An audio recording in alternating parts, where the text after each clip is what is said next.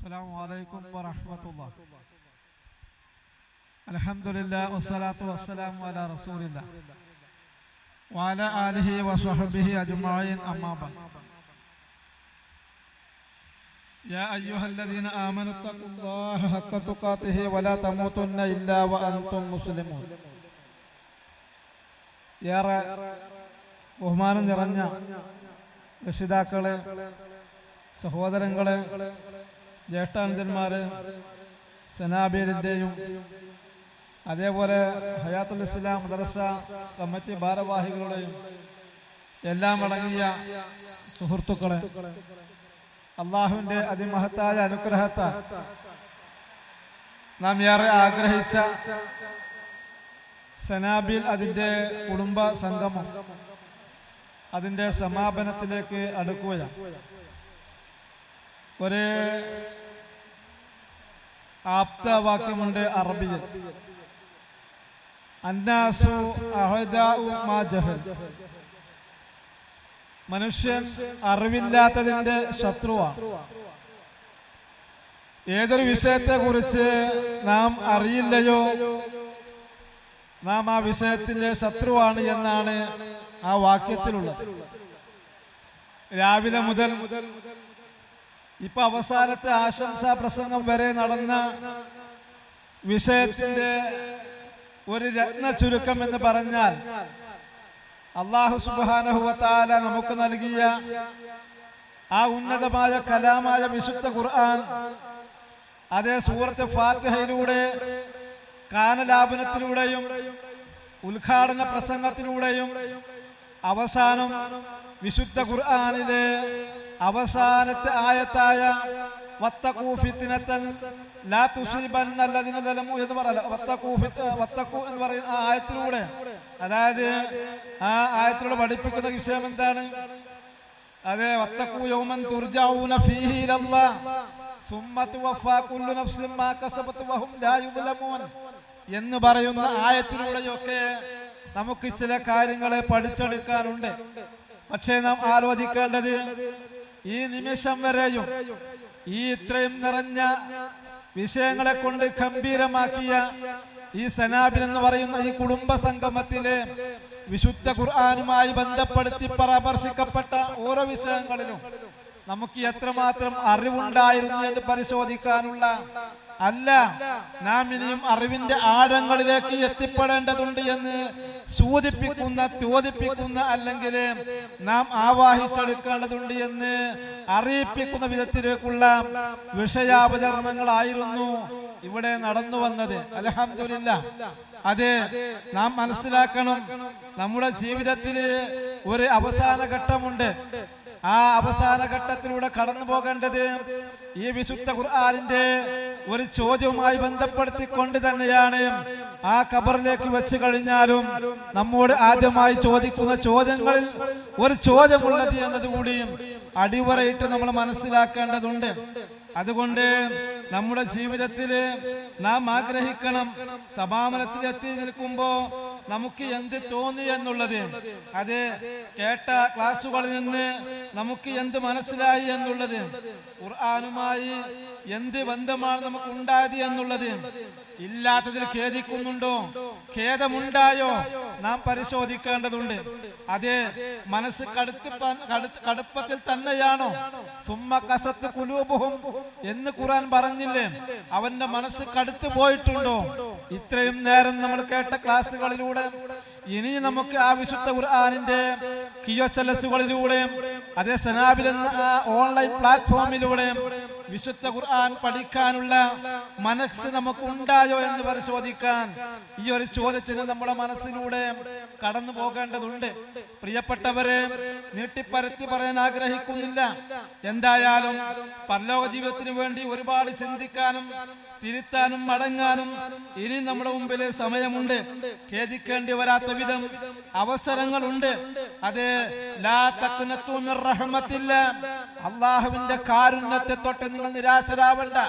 അത് അല്ലാഹുവിന്റെ കാരുണ്യം പ്രവിശാലമായി കിടക്കുന്ന ഈ പ്രപഞ്ചത്തിലൂടെ, അള്ളാഹുവിന്റെ കാരുണ്യം പ്രവിശാലമായി കിടക്കുന്ന ഈ സന്ദർഭത്തിൽ ആ വിശുദ്ധ ഖുർആന്റെ കലാമിലേക്ക് ഒന്ന് കടന്നു വരാൻ, ഒന്ന് ചെവി കൊടുക്കാൻ, ഒന്ന് കണ്ണ് തുറക്കാൻ, മനസ്സിലൂടെ ചിന്തിച്ച് കടന്നു വരാൻ, അത് തദബ്ബുർ ചെയ്തുകൊണ്ട് പഠിക്കാൻ, ചിന്തിച്ചുകൊണ്ട് മുന്നേറാൻ ഇനി നമുക്ക് അവസരമുണ്ട്. നിരാശരാവേണ്ടവരല്ല. ഈ വിശുദ്ധ ഖുർആനിന്റെ ഓരത്തിലൂടെ സഞ്ചരിക്കുമ്പോൾ ഇനിയും ആഴങ്ങളിൽ ഇറങ്ങിക്കൊണ്ട് മുത്തുകളും പവിഴങ്ങളും പെറുക്കിയെടുക്കാൻ, അതേ അഗാധമായ പാണ്ഡിത്യം നേടിയെടുക്കാൻ, വിജ്ഞാനത്തിന്റെ സാഗരത്തിലൂടെ കടന്നു പോകാൻ, അതേ നമ്മുടെ ആയുസ് അല്ലാഹു നമുക്ക് നീട്ടിത്തരുന്നുവെങ്കിൽ അവസരമുണ്ട് എന്നാണ് സൂചിപ്പിച്ചത്. ഖേദിക്കേണ്ടവരല്ല. അതേ നാം മനസ്സിലാക്കണം. ഇന്നല്ലെങ്കിൽ നാളെ ഈ ലോകത്തോട് വിട പറഞ്ഞാൽ, അതേ നമ്മെ വന്ന് കാണുന്ന ആളുകൾ ഓരോരുത്തരും പ്രാർത്ഥിക്കുന്ന വേളകളിൽ, അതേ കുളിപ്പിച്ചു കഴിഞ്ഞാൽ, കഫൻ ചെയ്ത് കഴിഞ്ഞാൽ, മയ്യത്ത് നമസ്കരിച്ചു കഴിഞ്ഞാൽ, ഖബറിലേക്ക് കൊണ്ടുപോയി കഴിഞ്ഞാൽ, ആറടി മണ്ണിലേക്ക് വെച്ചാൽ ചോദിക്കുന്ന ചോദ്യത്തിന്റെ ഒരു ചോദ്യം ഒമാ ഇമാമുക്ക എന്നാണ്. നിന്റെ ഇമാം ആരാണെന്ന് ചോദിച്ചാൽ വ്യക്തമായി മറുപടി പറയാൻ, ശാന്തമായി മറുപടി പറയാൻ, ചിരിച്ചുകൊണ്ട് ആനന്ദിക്കാൻ, ആ റബ്ബിന്റെ വിളിയാളം വരുമ്പോ അത് ആസ്വദിച്ചുകൊണ്ട് മരിക്കാൻ നമുക്ക് കഴിയേണ്ടതുണ്ട് പ്രിയപ്പെട്ടവരെ. അതേ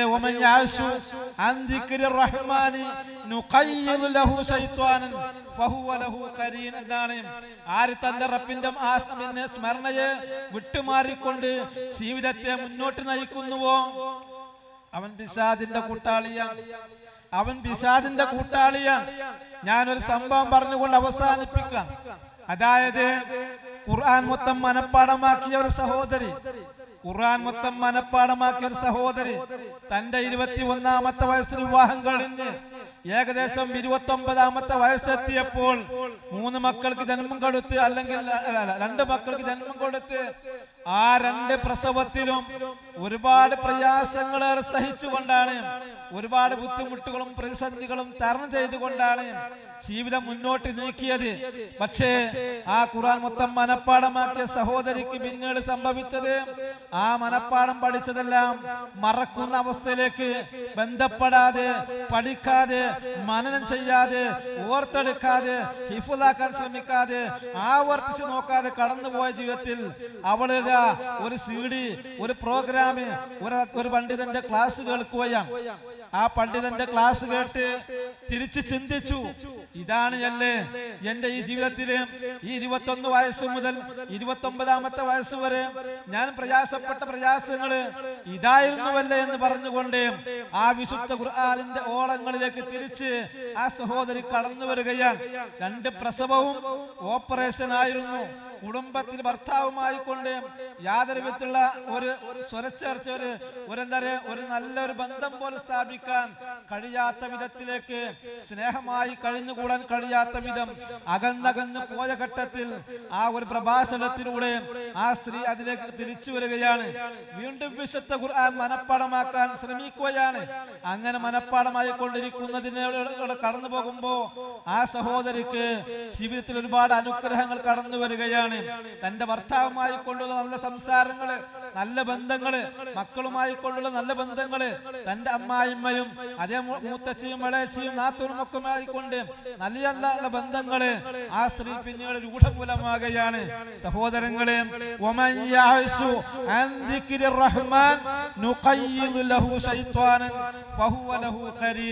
അതേ തന്റെ റബ്ബിന്റെ സ്മരണ വിട്ടുകൊണ്ട് ആര് ജീവിതത്തെ മുന്നോട്ട് നയിക്കുന്നുവോ അള്ളാഹു അവൻ പിശാചിനെയാണ് കൂട്ടാളിയായി, പരീക്ഷണങ്ങളെയാണ് കൂട്ടാളിയായി കടന്നു കൊടുക്കുക. അതുകൊണ്ട് നാം മനസ്സിലാക്കണം, ഈ രാവിലെ മുതൽ കേട്ട ഈ ക്ലാസുകളെല്ലാം നമ്മുടെ മനസ്സിൽ പരിവർത്തനം ഉണ്ടാക്കണം. നമ്മുടെ മനസ്സിൽ പരിവർത്തനം ഉണ്ടാവണം. ഇല്ല, ഇനി മരിക്കുന്ന വാളിൽ എനിക്ക് ഈ കലാം പഠിക്കാൻ അവസരം ഉണ്ടായില്ല എന്ന് പറയാൻ ഒരു വിധത്തിലുള്ള ന്യായങ്ങൾക്കും ഉദുറുകൾക്കും പഴുതില്ലാത്ത വിധം അല്ലാഹു സുബ്ഹാനഹു വ തആല എല്ലാം സംവിധാനിച്ചിട്ടുണ്ട് നമ്മുടെ മുമ്പില്. അത് പരമാവധി നമ്മൾ ഉപയോഗപ്പെടുത്തുക. സമാധാനത്തോടുകൂടി തന്റെ റബ്ബിനെ കണ്ടുമുട്ടാനുള്ള വല്ലാഹു യദഉ ഇലാ ദാരിസ്സലാം, അല്ലാഹുവിന്റെ സന്ദേശത്തിലേക്ക്, സമാധാനത്തിന്റെ സന്ദേശത്തിലേക്ക്, സമാധാനത്തിന്റെ വീട്ടിലേക്ക് എത്തിപ്പെടാനുള്ള നല്ലൊരു അവസരമായി കൊണ്ടാണ് ഇത് ഇവിടെ ഒരുക്കിയിട്ടുള്ളത്. അതുകൊണ്ട് തന്നെ സനാബിൽ 5-8 മാസം മുമ്പ് ഡേറ്റ് തീരുമാനിക്കുകയും അതിനുവേണ്ടി പരിശ്രമിക്കുകയും അതിനുവേണ്ടി ഒരുപാട് പ്രതിബന്ധങ്ങളും പ്രയാസം ഉണ്ടായിട്ട് പോലും അതിനെയെല്ലാം തരണം ചെയ്തുകൊണ്ട് റബ്ബിന്റെ ഭാരമായ തൗഫീഖിനാൽ ഇവിടെ സമാപിക്കുമ്പോ ഒരു പ്രതിജ്ഞ എടുത്തുകൊണ്ടാണ് നമ്മൾ കടന്നു പോകേണ്ടത്. ഇല്ല, ഈ ഖുർആൻ ഒരിക്കലും അവഗണിക്കില്ല. ഇത് അവഗണിച്ചുകൊണ്ട് ജീവിതത്തെ ഞാൻ മുന്നോട്ട് കൊണ്ടുപോകുകയില്ല. ഇതെന്റെ കൂടപ്പിറപ്പാണ്, ഇതെന്റെ റബ്ബിനക്ക് അവതരിപ്പിച്ച ഗ്രന്ഥമാണ്, കലാമാണ്. ഈ കലാമിനെ അടുത്തറിഞ്ഞുകൊണ്ട് ഞാൻ എന്റെ ജീവിതത്തെ മുന്നോട്ട് നയിക്കുമെന്നുള്ള ദൃഢപ്രതിജ്ഞ എടുത്തുകൊണ്ട് മുന്നോട്ട് പോകാൻ നമുക്ക് സാധിക്കണം. അതേ ഓൺലൈനായി, അതേ വാട്സപ്പിലൂടെ ഓൺലൈനായി കൊണ്ട് പഠിക്കാൻ ഈ സനാബിൽ എന്ന ഖുർആൻ പഠനത്തെ നിങ്ങൾ ഓരോരുത്തരും കണ്ടെത്തണമേ എന്ന് മാത്രം സൂചിപ്പിച്ചുകൊണ്ട് എല്ലാവിധത്തിലുള്ള ആശംസകൾ നേർന്നുകൊണ്ട് സമാപനത്തിലേക്ക് ഇത് അടുക്കുമ്പോ സന്ദേശമായി എനിക്ക് സൂചിപ്പിക്കാനുള്ളത് ഈ ഖുർആൻ കൈവിടാതിരിക്കുക, അവഗണിക്കാതിരിക്കുക. അവഗണിച്ചു കഴിഞ്ഞാൽ ഇവിടെ സൂചിപ്പിച്ചു ആയത്ത് കുടുസായ ജീവിതമായിരിക്കും. ആ റബ്ബിന്റെ സ്മരണ വിട്ട് മാറിക്കഴിഞ്ഞാൽ കുടുസായ ജീവിതമായിരിക്കും. നാളെ പരലോകത്ത് അയാൾ കണ്ണു കാണാത്തവനായി അന്ധനായി കൊണ്ടാണ് കടന്നു വരിക.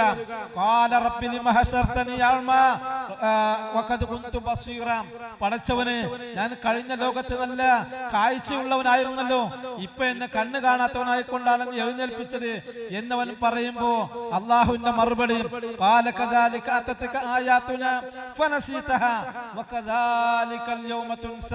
അത് അങ്ങനെ തന്നെയാണ്. നല്ല കാഴ്ചകൾ ഉണ്ടായിരുന്നു, പക്ഷെ നീ എന്നെ മറന്നു കളഞ്ഞു, ഞാൻ ഇന്ന് നിന്നെ മറക്കുന്നു എന്ന് പറഞ്ഞുകൊണ്ട് അള്ളാഹു സുബ്ഹാനഹു വ തആല നാളെ പരലോകത്ത് നമുക്കെതിരെ അഥവാ കാഴ്ചയില്ലാത്തവനായിക്കൊണ്ട് കടന്നു വരാതിരിക്കാൻ, കാഴ്ച കിട്ടിയ ഈ സന്ദർഭത്തിൽ അതിന്റെ ഓളങ്ങളിലേക്ക് തിരിയാൻ, വരികളിലേക്ക് കടന്നു വരാൻ, ആശയങ്ങൾ പഠിക്കാൻ, അർത്ഥതലങ്ങൾ മനസ്സിലാക്കാൻ, വിശദീകരണങ്ങൾ പഠിക്കാൻ, ജീവിതത്തിൽ പകർത്താൻ നാം തയ്യാറാവുക എന്ന് മാത്രം സൂചിപ്പിച്ചുകൊണ്ട് ഞാൻ എന്റെ വാക്കുകൾക്ക് വിരാമമിടുകയാണ്. വാഖിറു ദഅവാന അനിൽ ഹംദുലില്ലാഹി റബ്ബിൽ ആലമീൻ. അല്ലാഹുമ്മ സ്വല്ലി വസല്ലിം അലാ അബ്ദിക വറസൂലിക നബിയിനാ മുഹമ്മദ്. അസ്സലാമു അലൈക്കും വറഹ്മത്തുള്ളാഹി വബറകാതുഹു.